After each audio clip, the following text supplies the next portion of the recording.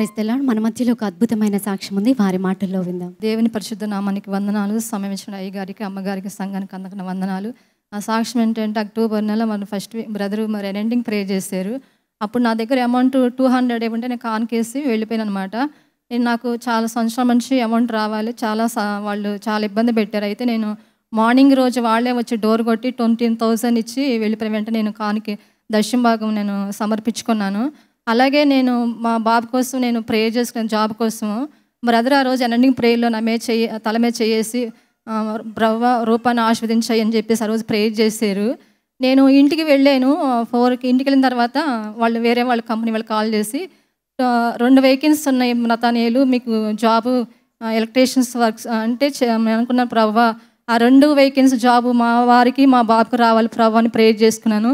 అలాగే నేను ఏవైతే విధంగా అనుకున్నానో ఆ 2 జాబు మా బాబుకి మా వారికి వచ్చినాయి.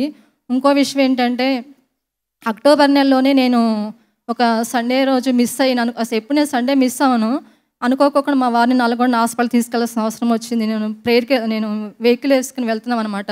రోడ్డు మీద వెళ్తుంటే వేరే వెహికల్ వచ్చేసి నన్ను గుద్దేసింది.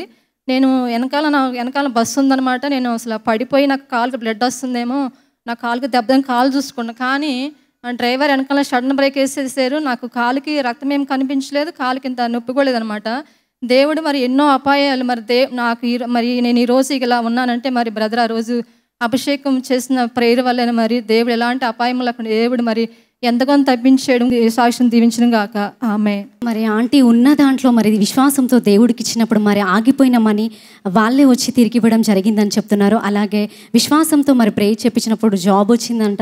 అలాగే యాక్సిడెంట్కు గురైనప్పుడు మరి దేవుడు రక్షించాడు, ఏ గాయం తగులకుండా అని చెప్తున్నారు. మరి ఈ సాక్ష్యం వింటున్న మీరు మీ జీవితంలో ఎన్నో ఇయర్స్గా మరి వ్యాధులతో బాధపడుతున్నారా, జాబు లేక బాధపడుతున్నారా, యాక్సిడెంట్లకు గురై ఆత్మీయతో బలహీనంగా ఉన్నారా? విశ్వాసంతో సంఘానికి రండి, దైవజనులు ప్రార్థిస్తారు. దేవుడు మీ పట్ల ఇలాంటి అద్భుతాలు చేయనుగాక. ఆమేన్.